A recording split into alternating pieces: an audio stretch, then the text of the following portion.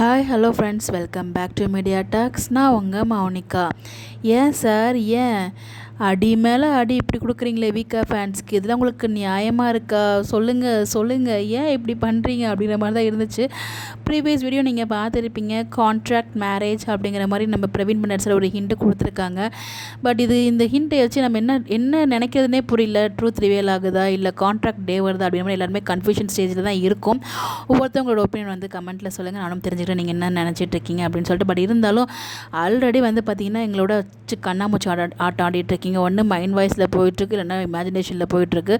அந்த இமேஜினேஷனில் ஒன்று நல்லா இருந்தால் இன்னொன்று வந்து பார்த்திங்கன்னா பயமாக இருக்குது. இந்த இடத்துல ட்ரூத் ரிவீல் ட்ராக் கொண்டு வர மாதிரி, அதாவது சர்ப்ரைஸ் ட்ராக் கொண்டு வர மாதிரியே கொண்டு வந்து அங்கே சர்ப்ரைஸ் இல்லாத மாதிரி, அதாவது எங்களையும் நீங்கள் என்ஜாய் பண்ண வைக்கிறீங்க, உங்களோட கதையும் கொண்டு போயிட்டுருக்கீங்க அப்படின்ற மாதிரி தான் இருக்குது. ஏன்னா ட்ரீம் சீக்வன்ஸ்லாம் வந்து பார்த்திங்கன்னா கண்டிப்பாக வீக்கா ஃபேன்ஸ் அதெல்லாம் பார்த்தா கொஞ்சம் ஹாப்பியாக இருப்பாங்க. ஏன்னா அந்த லாஸ்ட் 4 வீக்ஸாக ரொம்ப மோசமாக வந்து ஒரு மாதிரி ஃபீல் ஆகிட்டு இருந்துச்சு. பட் இப்போ கொஞ்சம் இந்த மாதிரி ட்ராக்லாம் பார்க்கும்போது, அந்த டாம் அண்ட் ஜெர்ரி கப்பல்லாம் பார்க்கும்போது கொஞ்சம் ஹாப்பியாக இருக்குது.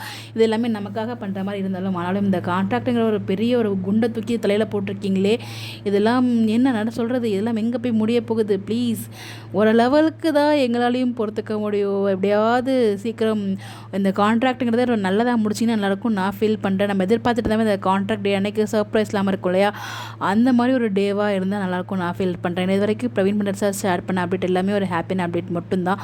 பட் ஆனால் இதில் பேக்ரவுண்டில் மியூசிக்கை கேட்கும் போது எனக்கு பக்குன்ற அப்படி அடிவயத்தில் எப்படிலாம் கலக்குதுன்னு சொல்லுவாங்களே, அந்த மாதிரி தான் இருக்குது. இது எங்கே போய் முடிய போகுதுங்கிறத வெயிட் பண்ணி தான் பார்க்கணும். ஒரு காலத்தில் நல்லா தான் போயிட்டு இருந்த இந்த ஒரு ஸ்டோரியை நடுவில் வெளியில் வந்து என்ன நடந்தாலும் பார்த்துக்கலாம் அப்படிங்கிற மாதிரி தைரியமாலாம் பேசணும். அந்த தைரியம்லாம் இப்போ எங்கே போச்சுன்னு தெரியல, அந்த மாதிரி தான் இருக்குது. சரி பார்ப்போம், எதாக இருந்தாலும் இப்போயும் தைரியமாக ஃபேஸ் பண்ணுவோம். எதாக இருந்தாலும் என்ன நடந்தாலும் பார்த்துப்போம். எப்படியும் வீக்காக்கு ரொம்ப டேமேஜ் கொடுக்க மாட்டாங்கன்னு நான் நம்புகிறேன். அந்த நம்பிக்கையோடு இந்த ஒரு வீட்டிலேருந்து விடைபெறுறேன். அது மட்டும் இல்லை, கண்டிப்பாக எதாக இருந்தாலும் பார்த்துக்கலாம் அப்படிங்கிற ஒரு மைண்ட் செட்லேயே பாருங்கள். எதுவுமே அந்த உங்களுக்கு ஹர்ட்டிங்காக ஃபீல் ஆகாது. இந்த மாதிரி எப்படி தெரிஞ்சுக்க நம்மளோட சேனலை ஃபாலோ பண்ணிக்கோங்க. Bye by.